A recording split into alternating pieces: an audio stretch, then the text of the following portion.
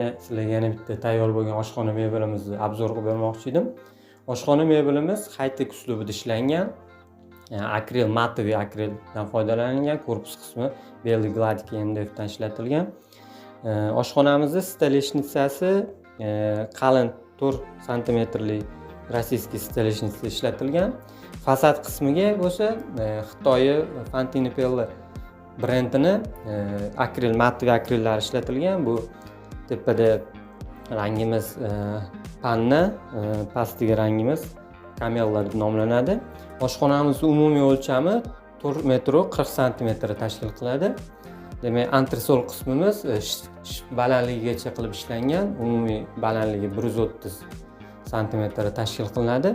Biz bu yerda oshxonamizga shu high-tech uslubida ishlangani uchun gola profil ruchkalar o'rnatganmiz. Ya'ni bu yerda shunaqa unga ruchkasiz sistema qilingan va bu yerda profil ishlatilgan. Oshxonamizni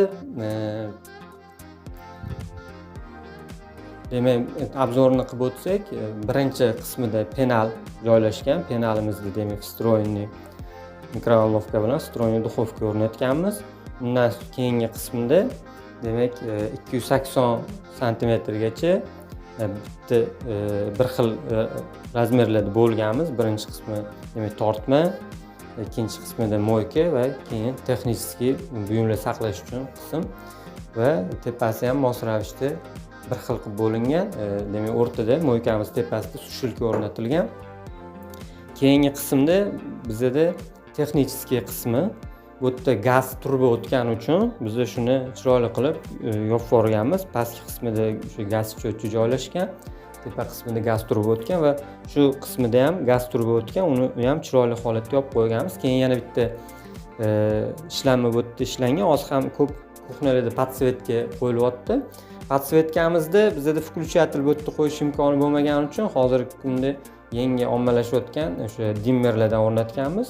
Beskontaktli va mana uni o'chirib yoqish uchun shu yerda o'zini dimmerini o'rnatib qo'yilgan.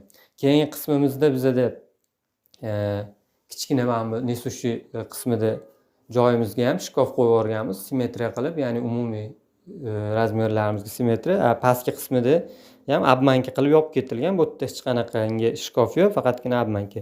Keyingi qismida bizda gaz plitamiz joylashgan. Gaz plitamizni tepasida vitishka va undan keyin yana ozgina 20 santimetr qismida kichkina shkaf joylashtirib yuborganmiz. Kimga shunaqa kuxnalar kerak bo'lsa, bizga raqamlarimizga murojaat qilishingiz mumkin.